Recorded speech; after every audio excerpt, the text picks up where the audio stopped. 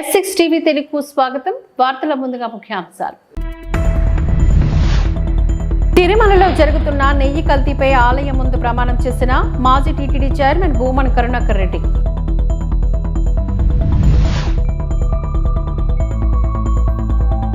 పశ్చిమ గోదావరి జిల్లా తాడేపల్లిగూడెం వైసీపీ కార్యాలయంలో నిర్వహించిన మీడియా సమావేశంలో మాజీ సమాచార శాఖ మంత్రి చెల్లిబోయిన వేణుగోపాల్ కామెంట్స్.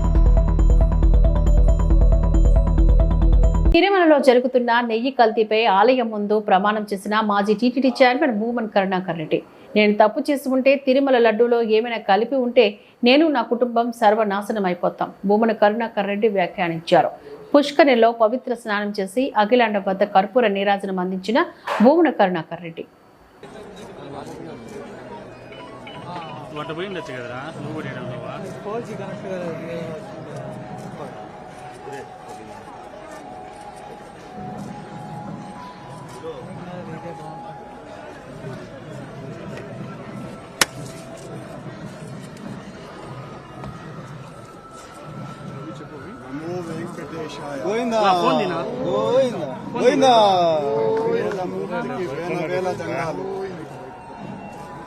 అఖిలాండ కోటి బ్రహ్మాండ నాయకుడికి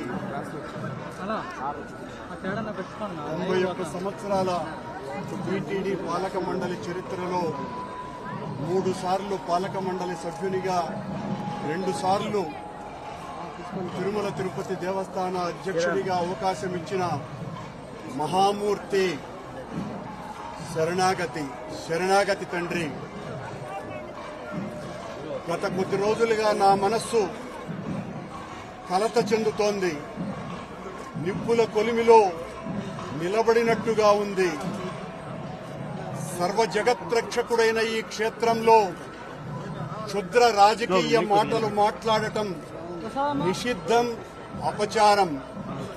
అంతటి పవిత్ర పుణ్యక్షేత్రమైనటువంటి నీ ఆలయంలో దేవదేవా, నీ అన్న ప్రసాదాలలో అత్యంత పవిత్రమైనటువంటి లడ్డూలో కళంకితమైనదని కలుషిత రాజకీయ మనస్కులు అత్యంత దారుణంగా ప్రవర్తిస్తున్నారు.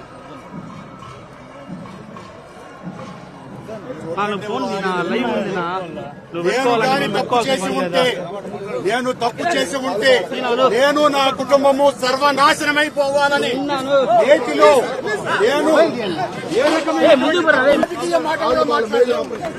నేను ఏ పరీక్షకైనా సిద్ధం. ఒక్క తప్పు చేసి ఉంటే నేటిలో నేను కళంకితమైనటువంటి పదార్థాలు కలిపి ఉంటే మా హయాంలో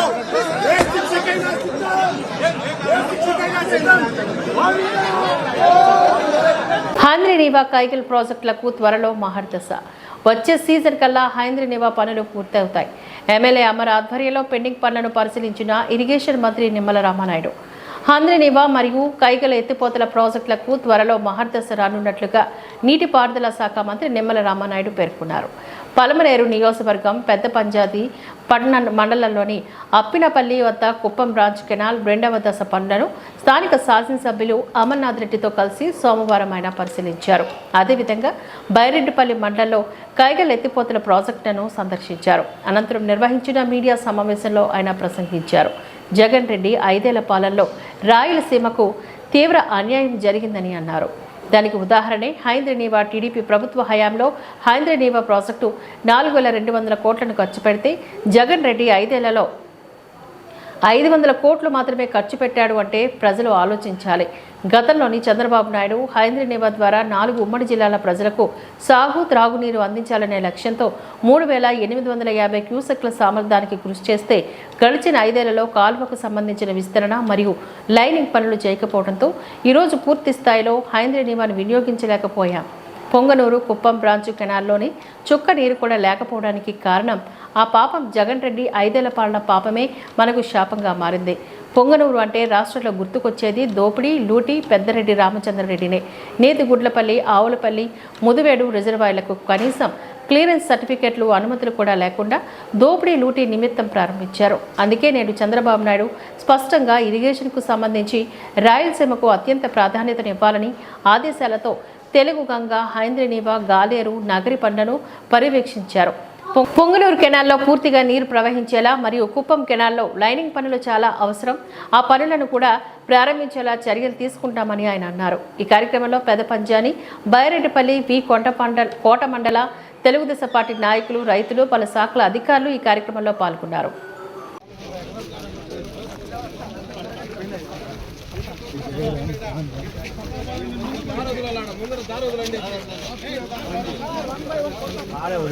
పత్రికేయ మిత్రులందరికీ కూడా నమస్కారాలు తెలియజేసుకుంటూ, ఆంధ్రప్రదేశ్ రాష్ట్రంలో ప్రత్యేకించి రాయలసీమకు మరి ఏ ముఖ్యమంత్రిలో పాలనలో జరిగినటువంటి అన్యాయం ఏదైతే జగన్మోహన్ రెడ్డి 5 సంవత్సరాల పాలనలో జరిగినటువంటి పరిస్థితి, దానికి ఉదాహరణే ఏదైతే హంద్రీనివా.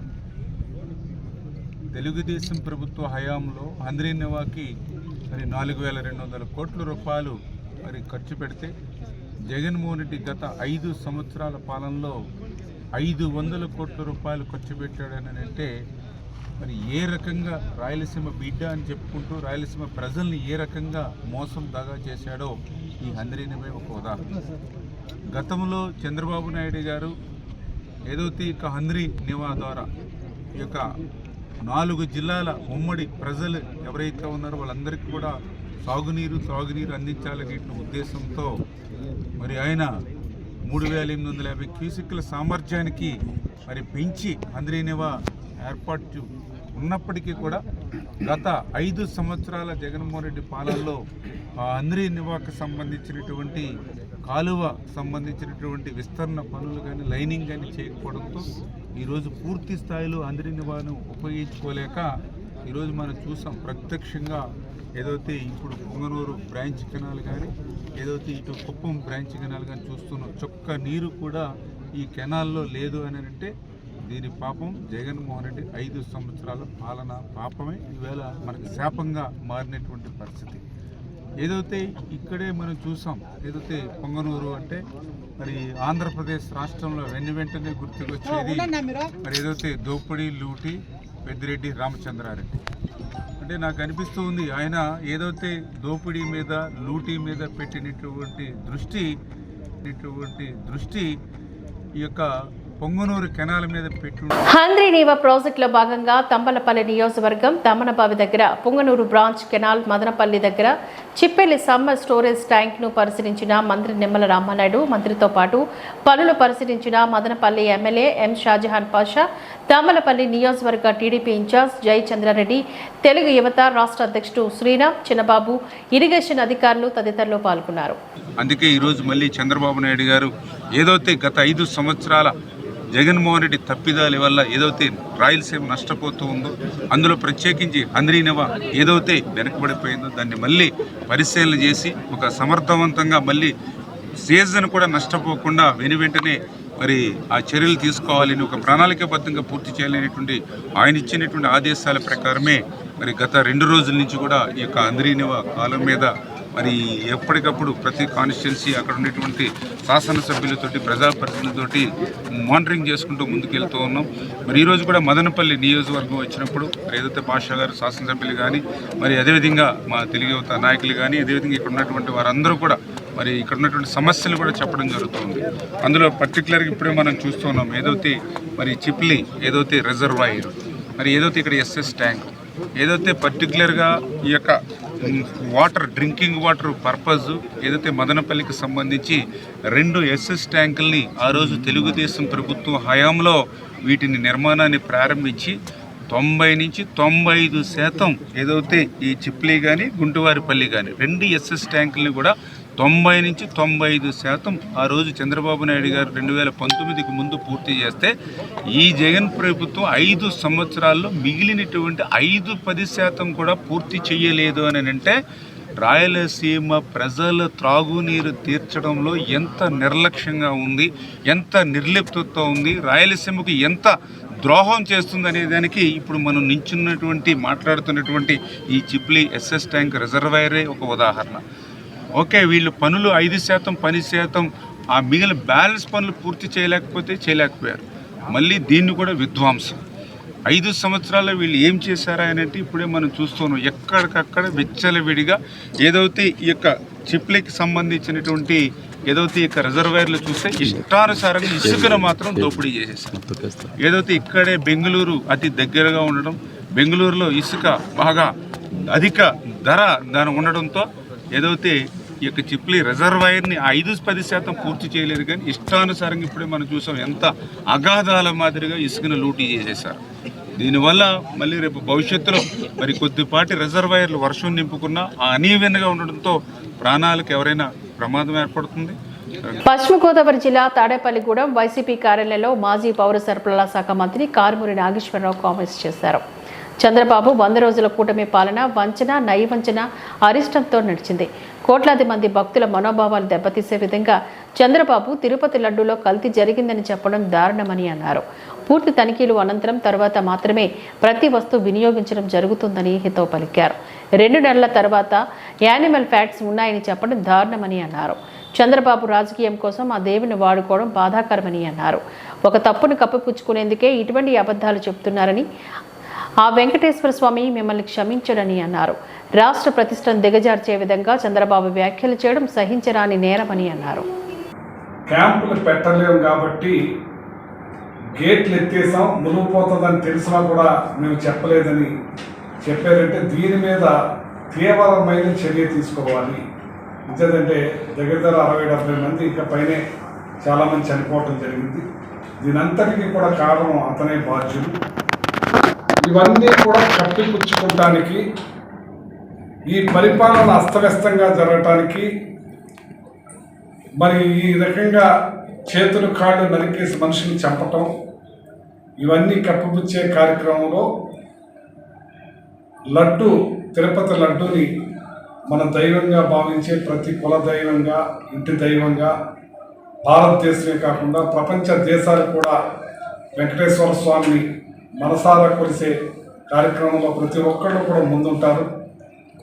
ప్రతి ఒక్కళ్ళు దర్శనం చేసుకోవాలనుకుంటారు. దర్శనం చేసుకుని ఇలా తిరగగానే మళ్ళీ చూడాలి స్వామిని అనుకునే ఆ టెంపుల్ మనోభావాలను, కోట్లాది మనోభావాల్ని దెబ్బతీసే విధంగా ఈ లడ్డూలో యానిమల్ ఫ్యాట్స్ కలిసినాయి అని చెప్పి, ఏదైతే అతను 4వ తారీఖున ఎలక్షన్స్ అయితే మరి ప్రమాణ స్వీకారం చేస్తే 12వ తారీఖున 4 లోడ్లు నెయ్యి వస్తే, ఎంచేదంటే తిరుపతి నేను ఎప్పుడూ రెగ్యులర్గా వెళ్తూ ఉంటాను, కానీ 3 టెస్టులు ఉంటాయి, ల్యాబ్స్ ఉంటాయి అనేది నాకు తెలియదు.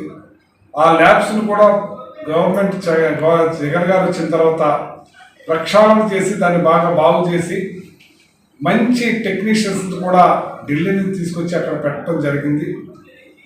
ఏ సాల్ట్తో సహా ఎనీ పర్సన్స్ కూడా చెక్ చేసి చెక్కింగ్లో పాస్ అవుతేనే కింద నుంచి పైకి బండి వదులుతారు, లేదంటే రిజెక్ట్ చేస్తారు. అలాంటి రిజెక్ట్ 14 నుంచి 19 మధ్యలో 15 సార్లు రిజెక్ట్ తెలుగుదేశం టైంలో అయింది. మరి 19 తర్వాత 24 దాకా మాది కూడా 18 సార్లు రిజెక్ట్ వెనక్కి పంపించడం జరిగింది. ఇది రొటీన్ పద్ధతి. ఈ పద్ధతిలో భాగంగానే 3 శాంపిల్స్లో అది పాస్ అవ్వలేదని తెలిసినప్పుడు వెనక్కి రిజెక్ట్ వెళ్ళిపోద్ది. ఈవో గారు వెనక్కి పంపేశాం.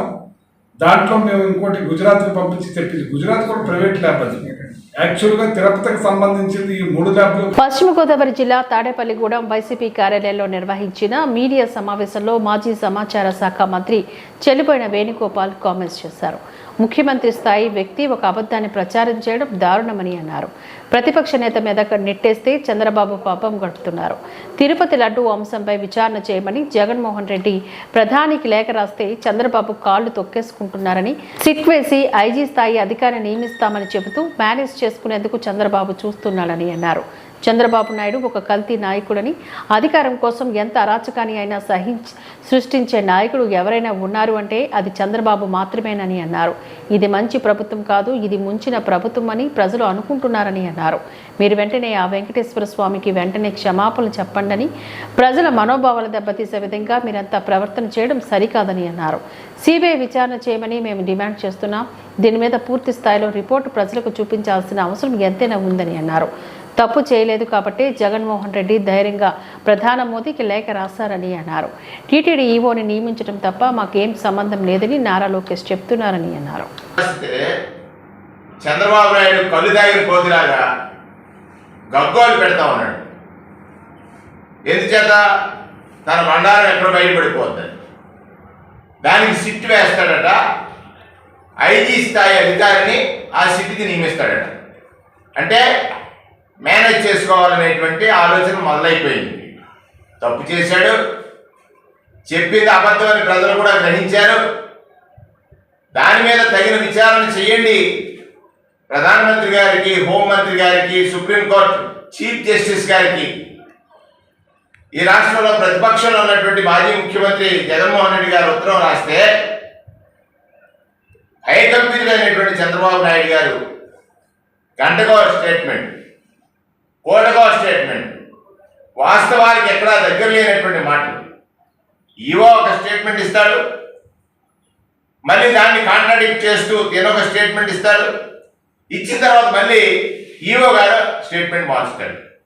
ఇప్పుడు పెద్దలందరూ చెప్పినట్లు జూన్ మాసం 4వ తారీఖున ప్రభుత్వం మారింది.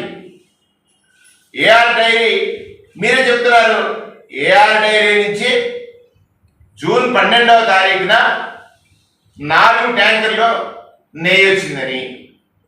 ఆ 4 ట్యాంకర్లో ఇప్పుడు దాకా తిరుమల తిరుపతి దేవస్థానాల్లో ఉన్నటువంటి ప్రొసీజర్స్ ఏవైతే ఉన్నాయో ఆ టెస్టింగ్ ల్యాబ్స్లో వాటిని టెస్ట్ చేసిన తర్వాత అనుమతించాలి. ఆ బాధ్యత అక్కడ ఉన్నటువంటి ఈవో గారికి, సంబంధిత అధికారికి. దాన్ని రిజెక్ట్ చేస్తామని ఈవో గారు చెప్తాడు, వాడేశామని చంద్రబాబు నాయుడు గారు చెప్తారు. అంటే ఆ కలుషితమైంది కల్తీ నెయ్యిని వాడింది ఎవరు, ఏ ప్రభుత్వంలో? చంద్రబాబు నాయుడు గారి ప్రభుత్వంలో. అంటే ఆ దేవస్థానాల యొక్క పవిత్రతని, లేకపోతే దేవదేవుడి పట్ల ప్రజలకు ఉన్నటువంటి అచంచల విశ్వాసానికి ఒక అగ్ని పరీక్షలాగా చంద్రబాబు నాయుడు గారి ప్రవర్తన ఉందని సందర్భంగా మనవి చేస్తా ఉన్నాను. ఇంకో మాట అన్నాడు, ఇక్కడ ల్యాబ్ లేదని. 2000 సుమారుగా 14 నుంచి 19 వరకు 15 సార్లు, అంటే 15 టైమ్స్ ఈ ట్యాంకర్స్లో ఏదైనా డిఫరెన్సెస్ ఉంటే రిజెక్ట్ చేసినటువంటి పరిస్థితులు ఉన్నాయి. అలాగే 19 నుంచి 24 వరకు 18 సార్లు వైఎస్ఆర్ కాంగ్రెస్ పార్టీ అధికారంలో ఉండగా తిరుమల తిరుపతి దేవస్థానాలకు సంబంధించినటువంటి ట్రస్ట్ బోర్డు లేదా ఈవో దాన్ని రిజెక్ట్ చేసినటువంటి సందర్భాలు ఉన్నాయి. ఇవాళ దానిలో వెజిటబుల్ ఫ్యాట్ కలిసిందని ఈవో చెప్పిన తర్వాత లేదు దీనిలో పంది కొవ్వు లేదా గొడ్డు కొవ్వు కలిసిందని చెప్పినటువంటి మాట ఎంత బాధించిందంటే భక్తుల్ని. దానికి ప్రాయశ్చిత్తం లేదు. చంద్రబాబు నాయుడు ఒక కల్తీ రాజకీయ నాయకుడు. పశ్చిమ గోదావరి జిల్లా తాడేపల్లిగూడెం వైసీపీ కార్యాలయంలో నిర్వహించిన మీడియా సమావేశంలో మాజీ డిప్యూటీ సీఎం కొట్టు సత్యనారాయణ కామెంట్స్ చేశారు. రాష్ట్రంలో 100 రోజుల పరిపాలన పూర్తి చేసుకున్న ప్రభుత్వం అన్ని విధాలుగా ఫెయిల్ అయింది. ప్రజలు చేదరించుకుంటున్నారని, దాన్ని డైవర్స్ చేయడానికి చంద్రబాబు చూస్తున్నాడని అన్నారు. సాక్షాత్తు కలియుగ దైవం ఆ వెంకటేశ్వర స్వామిని తన రాజకీయం కోసం వాడుకోవడం చంద్రబాబు కుటిల బుద్ధి బయటపడుతున్నట్టు ఆరోపించారు. తమ ప్రభుత్వ హయాంలో జరిగిన విషయాన్ని ముందే ప్లాన్ చేసుకుని లడ్డు కలుషితమైందని చెప్పడం దారుణమని అన్నారు. తమ మనిషి ఈవో శ్యామలరావు ఏమీ లేదని చెప్తుంటే చంద్రబాబు అందులో యానిమల్ ఫ్యాట్ ఉందని హిందువుల మనోభావాలు దెబ్బతీసే విధంగా ఆరోపణలు చేస్తున్నారు. మీ అధికారంలో జరిగిన దాన్ని గత ప్రభుత్వానికి కలపడం ఎంత దారుణమని అన్నారు. రాష్ట్ర ప్రజలు అంతా గమనిస్తున్నారని అన్నారు. ప్రజలు తమ ప్రభుత్వంపై చేదరించుకోకూడదని, దాన్ని డైవర్ట్ చేయడానికి డైవర్షన్ పాలిటిక్స్ చేస్తున్నాడని ఎద్దేవా చేశారు. హిందువులు ఎవరూ కూడా ఈ చంద్రబాబు చెప్పే అబద్ధాలు నమ్మొద్దని కోరుతున్నామని అన్నారు. ద్వారా ఇప్పటివరకు నెయ్యి సరఫరా వల్ల ఇవి తెలుగుదేశం వచ్చిన తర్వాతే ఫస్ట్ టైం కన్సైన్మెంట్ నెయ్యి వచ్చినట్టుగా చెప్తా ఉన్నారు. ఆ నెయ్యిలో వీళ్ళు ముందే ప్లాన్ చేసుకుని ఫీడ్ ఫ్యాబ్రికేటెడ్ అంటే ముందు ఏదొక పథకం తయారు చేసుకుని నెయ్యిలో కల్తీ జరిగింది అని కోట్లాది మంది, ప్రపంచవ్యాప్తంగా ఉన్న కోట్లాది మంది హిందూ భక్తుల యొక్క మనోభావాలు దెబ్బతినే విధంగా కుట్రకి జరగడం జరిగింది. సాధారణంగా మార్కెట్లో నెయ్యి ఇప్పుడు తిరుమల తిరుపతి దేవస్థానం తీసుకుంటున్న గ్లోబల్ టెండర్ల ద్వారా టెండర్లు ఆహ్వానించి టెండర్ ఫైనల్ చేసిన నెయ్యి రేటుకి వ్యత్యాసం అన్నమాట వస్తున్నాయి.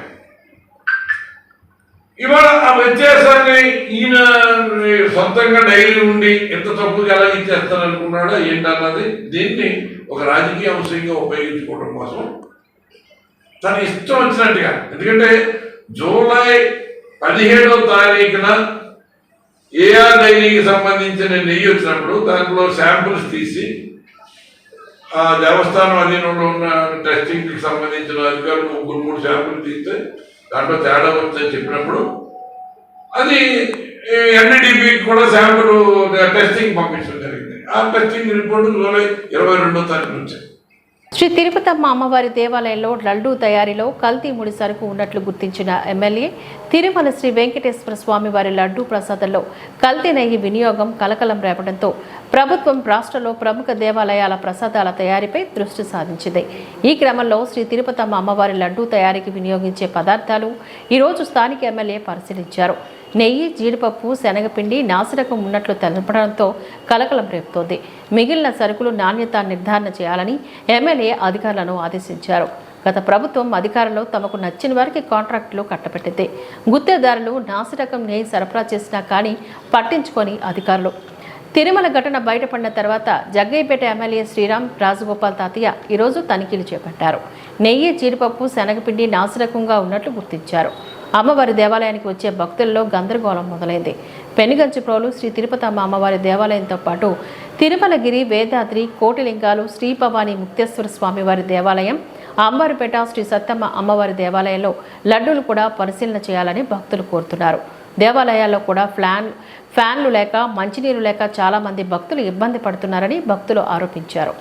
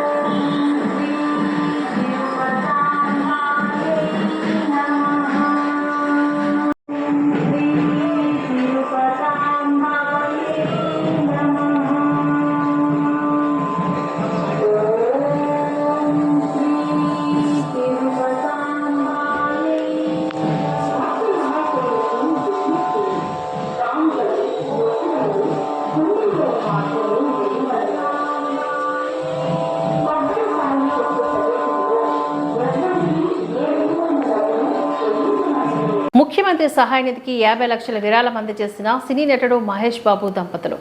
జూబ్లీహిల్స్ నివాసంలో ముఖ్యమంత్రి రేవంత్ రెడ్డి గారిని కలిసి చెక్ను అందజేసిన మహేష్ బాబు దంపతులు. ఏఎంబీ తరపున మరో 10 లక్షల విరాళం అందజేసిన మహేష్ బాబు.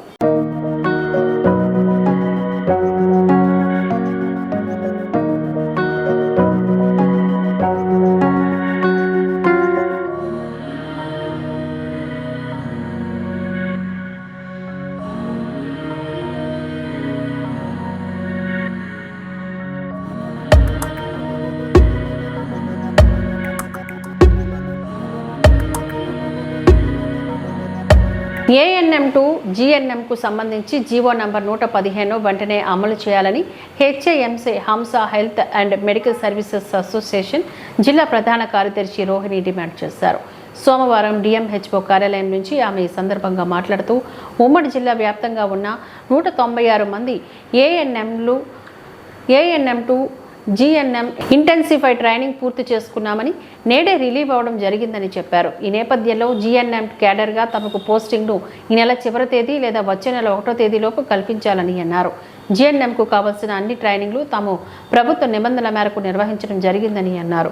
కమ్యూనిటీ హెల్త్ సెంటర్లో ట్రైనింగ్ పూర్తి చేసి అనంతరం జిఎన్ఎంకు సంబంధించి ట్రైనింగ్ పూర్తి చేసి ప్రభుత్వం పెట్టిన పరీక్షలను ఉత్తీర్ణత సాధించడం జరిగిందని అన్నారు.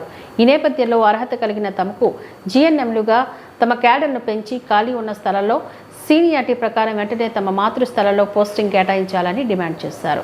ఈ మంత్ చివరి లోపల లేదా వచ్చే నెల లోపల 115 జీవోని అమలు చేసి మా అందరికీ కూడా ఏఎన్ఎం టు జిఎన్ఎం అనే కేడర్ ని కల్పించి జిఎన్ఎం పోస్ట్ మాకు ఇప్పించాలని మరీ గవర్నమెంట్ కి విజ్ఞప్తి చేస్తున్నాము. ఎందుకు అంటే 3 టైర్ హెల్త్ కేర్ సిస్టమ్ లో మేము కమ్యూనిటీ లెవెల్లో వెల్ అండ్ గుడ్ క్వాలిఫై అయి వచ్చి తర్వాత జిఎన్ఎం ట్రైనింగ్ పూర్తి చేసుకొని పరీక్షలు గవర్నమెంట్ ఏ పరీక్షలు అయితే నిర్దేశించిన పరీక్షలు పూర్తి చేసుకొని అందరూ క్వాలిఫై అయ్యి ఏపీ నర్సింగ్ కౌన్సిల్ లో రిజిస్ట్రేషన్ కి సిద్ధంగా ఉన్నాము. కాబట్టి మా యొక్క ప్రధానమైన డిమాండ్ ఏమంటే 115 జీవోని వెంటనే అమలు చేసి మా అందరికి జిఎన్ఎం పోస్ట్ ఎక్కడైతే వేకెన్సీ ఉందో వేకెన్సీ లిస్ట్ ప్రకారము యాజ్ పర్ సీనియారిటీ ప్రకారము అందరికీ తగిన పోస్టింగ్ ఇచ్చి మా అందరి జీవితాల్లో వెలుగులు నింపి ఏఎన్ఎం టు జిఎన్ఎం వాళ్ళకి న్యాయం చేయాలని ప్రతి ఒక్క గవర్నమెంట్ అధికారికి మేము విజ్ఞప్తి చేస్తున్నాము. ముఖ్యంగా ఈ రోజు మేము మూవ్మెంట్ ఆర్డర్ కోసం వచ్చాము. కాబట్టి మేమైతే ఎక్కడి నుంచి రిలీవ్ అయ్యి వచ్చామో మా మాతృస్థానాలకి మమ్మల్ని పంపించి మేము అక్కడ సేవలు చేసేదానికి మా యొక్క సర్వీస్ ని వినియోగించుకోవాల్సిందిగా వైద్య అధికారులకి తెలియజేస్తున్నాము.